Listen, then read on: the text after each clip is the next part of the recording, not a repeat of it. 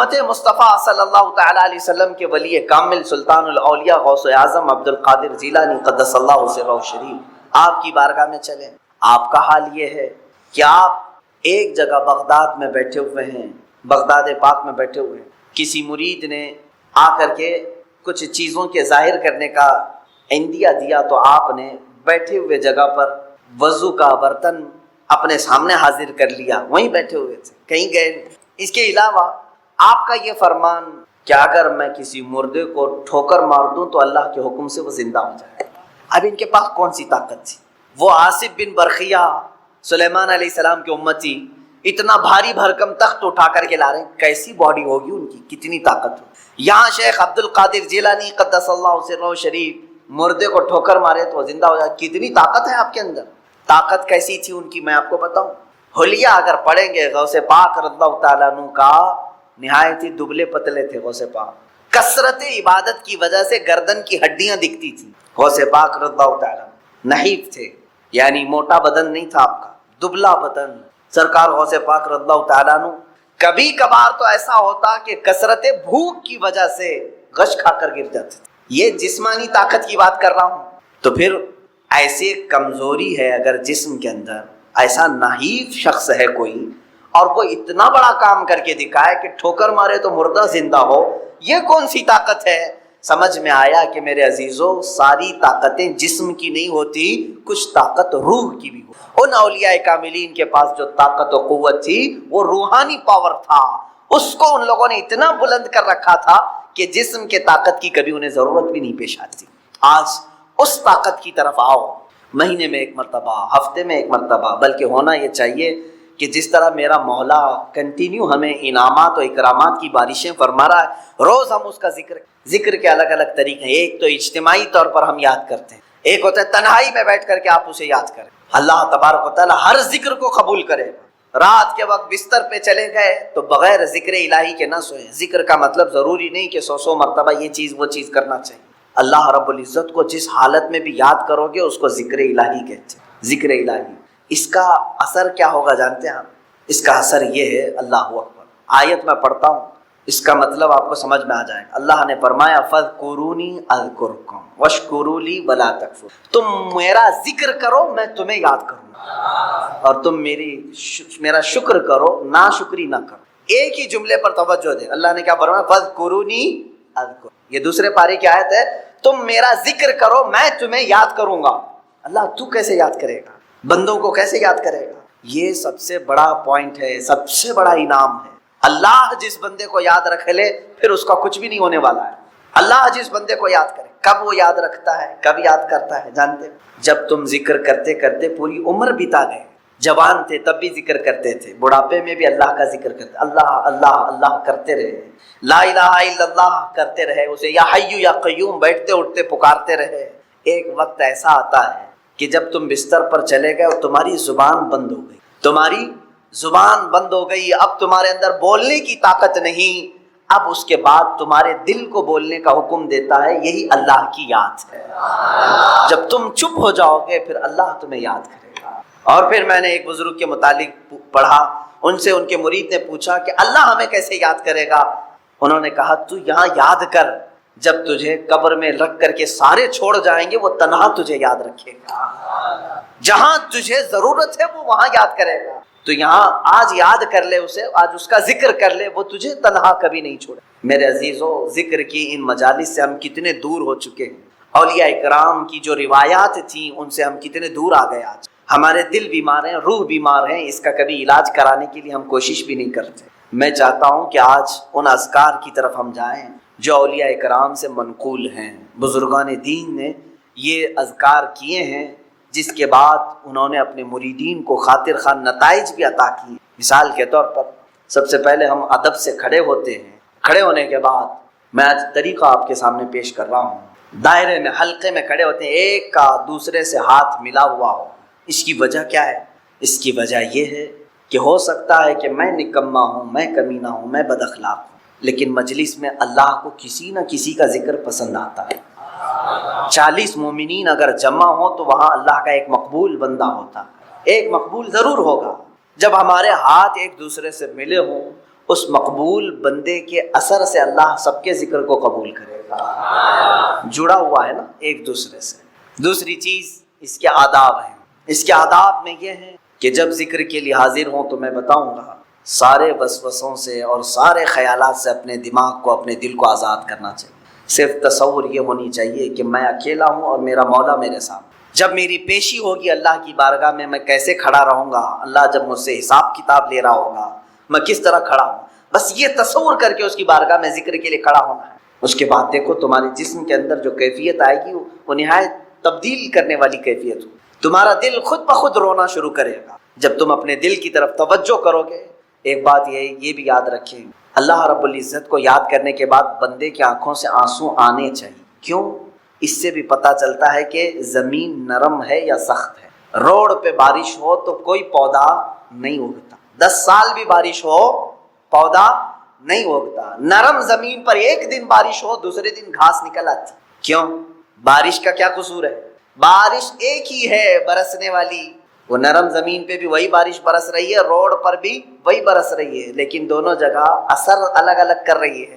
اسی طرح میرے عزیزو ذکر الہی کی یہ بارش ہے، قرآن کریم کی تلاوت بارش ہے، یہ جب تمہارے دل پر برستی ہے، نرم زمین ہوگی تو فوراً آنسو نکل آتے، سخت اور بنجر دل ہو جائے تو وسوسے خیالات ادھر ادھر آدمی کو دوڑاتے رہتے ہیں، کبھی نیند آئی، کبھی بغا سے آئے، جمائیاں آئی، یہ تمام چیزیں ہوتی رہتی ہیں، اس کا دل حاضر نہیں رہتا۔ اسے چاہیے کہ کنٹینیو پھر اپنے دل کا علاج کرے، زیادہ سے زیادہ ذکر کی مجلس میں شرکت کی کوشش کرے اور خود اپنے طور پر ذکر کو بجا لاتا رہے۔ یہ میں آداب آپ کو بتا رہا ہوں۔ اس کے علاوہ میں کھڑے ہونے کے بعد انشاءاللہ آپ کو عرض کروں گا، اولیاء کاملین میں سے سلطان مخدوم اشرف سمنانی رحمۃ اللہ تعالی علیہ کے اذکار ہیں۔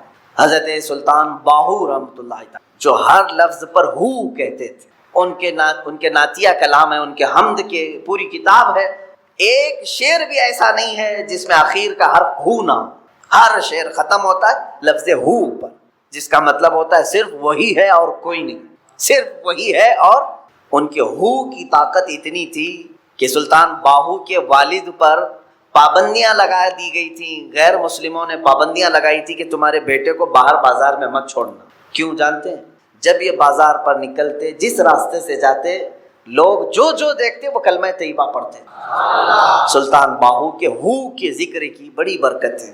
اسی طرح حضرت سیدنا ابو الحسن شاذلی رحمۃ اللہ علیہ، یہ مصر کے وہ غوث ہیں، وہ وہاں کے یوں سمجھ لیں کہ بر اعظم افریقہ کے وہ غوث ہیں، حضرت سیدنا ابو الحسن شاذلی رحمۃ اللہ۔ حضرت شرف الدین بوصیری جن کا قصیدہ بردہ مشہور ہے، مولایا صلی وسلم، ان کے پیر و مرشد کی بات کر رہا ہوں، امام بوصیری کے پیر و مرشد ابو الحسن شاذلی رحمۃ اللہ تعالی، یہ مصر میں آرام فرما ہیں۔ ان کے اذکار ایسے ہیں، ان سے منقول ہے کہ جس نے یہ ذکر کیا یا حی یا قیوم، سب کے دل مر جائیں گے مگر اللہ اس کا دل زندہ رکھے گا انشاءاللہ العزیز۔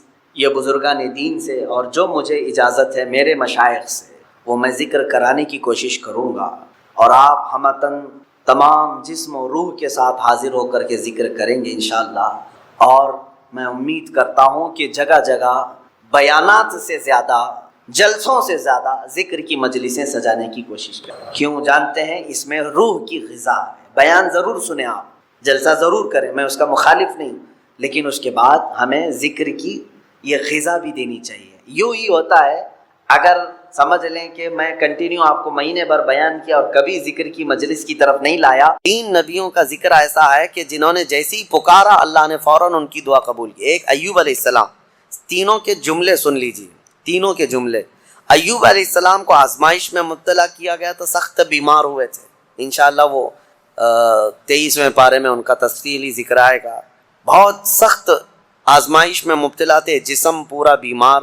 اس وقت انہوں نے جب ان کی زبان کٹ گئی تھی تو یہ جملہ کہا تھا، وَأَيُّوبَ إِذْ نَادَىٰ رَبَّهُ أَنِّي مَسَّنِيَ الضُّرُّ وَأَنْتَ أَرْحَمُ الرَّاحِمِينَ وَأَنْتَ أَرْحَمُ الرَّاحِمِينَ، اے مولا تکلیف تو مجھے پہنچی ہے لیکن تو ارحم الراحمین ہے، تو سب سے زیادہ رحم کرنے والا۔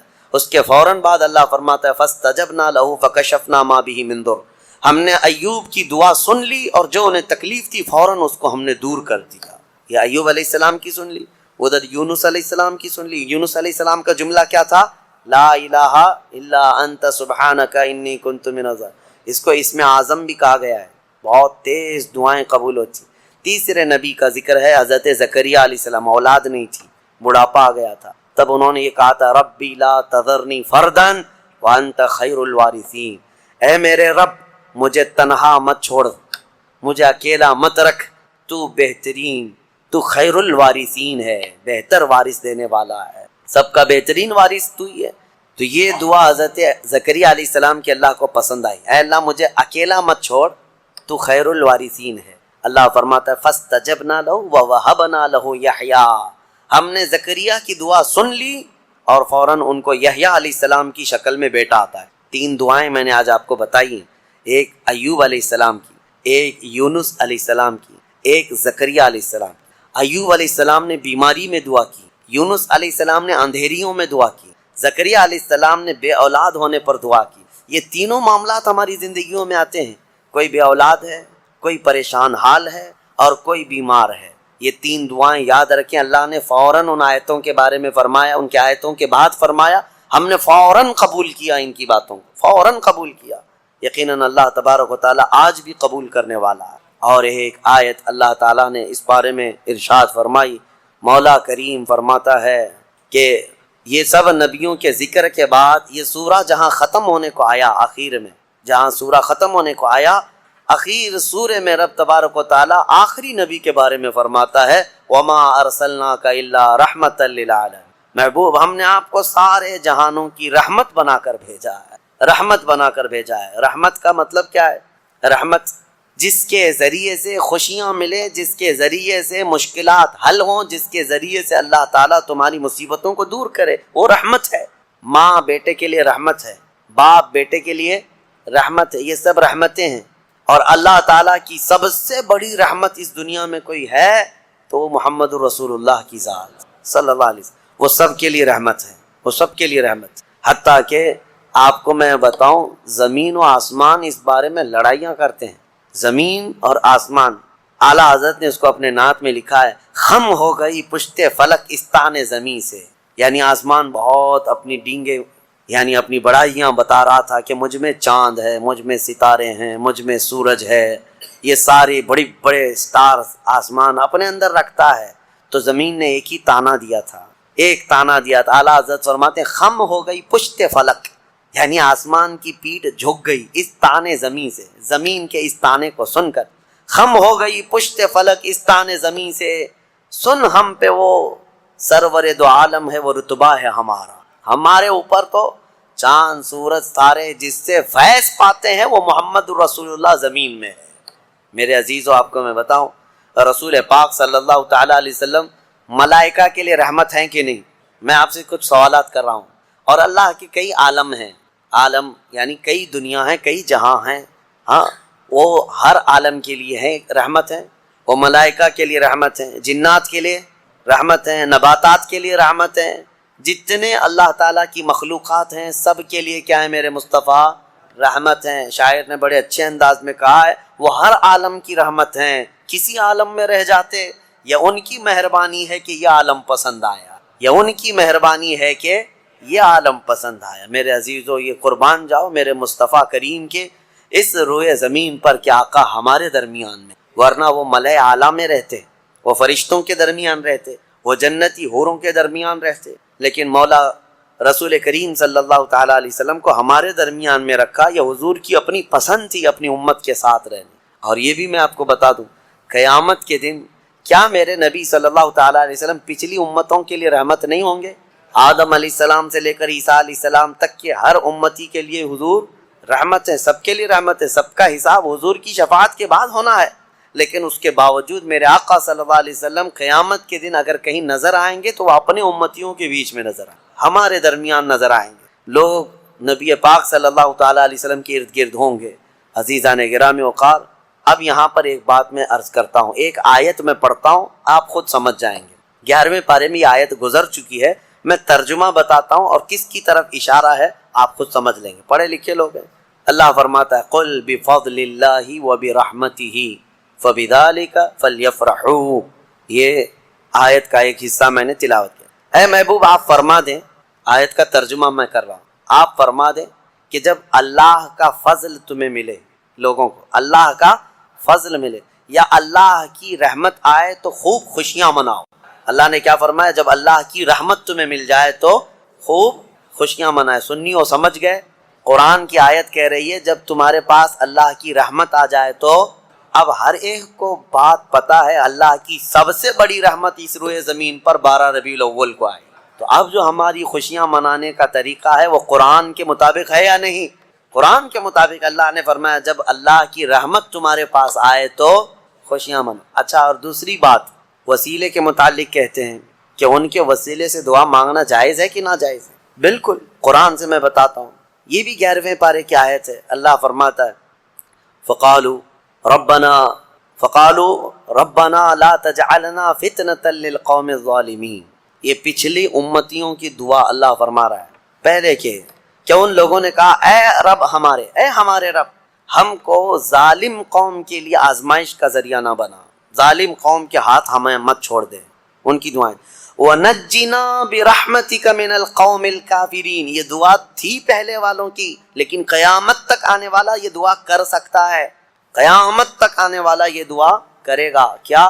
وَنَجِّنَا بِرَحْمَتِكَ مِنَ الْقَوْمِ الْكَافِرِينَ، اے ہمارے رب اپنے رحمت کے وسیلے سے، اپنی رحمت کے وسیلے سے ہم کو کافروں سے نجات دے دے، اپنی رحمت کے وسیلے۔ اور رحمت کون ہے؟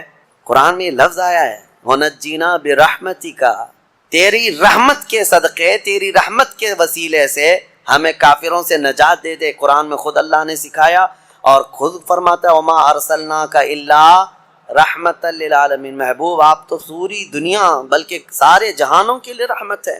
تو رحمت کا وسیلہ لے کر دعا کرنا قرآن کا حکم ہے۔ بہرحال نبی پاک صلی اللہ تعالیٰ علیہ وسلم رحمت للعالمین ہیں، جو نہ سمجھ سکے وہ اس کی خام خیالی ہے، بد نصیبی ہے، لیکن الحمدللہ میرے مصطفیٰ اس روئے زمین کے لیے بھی رحمت ہیں اور قیامت کے دن کے لیے بھی ہمارے لیے رحمت ہے۔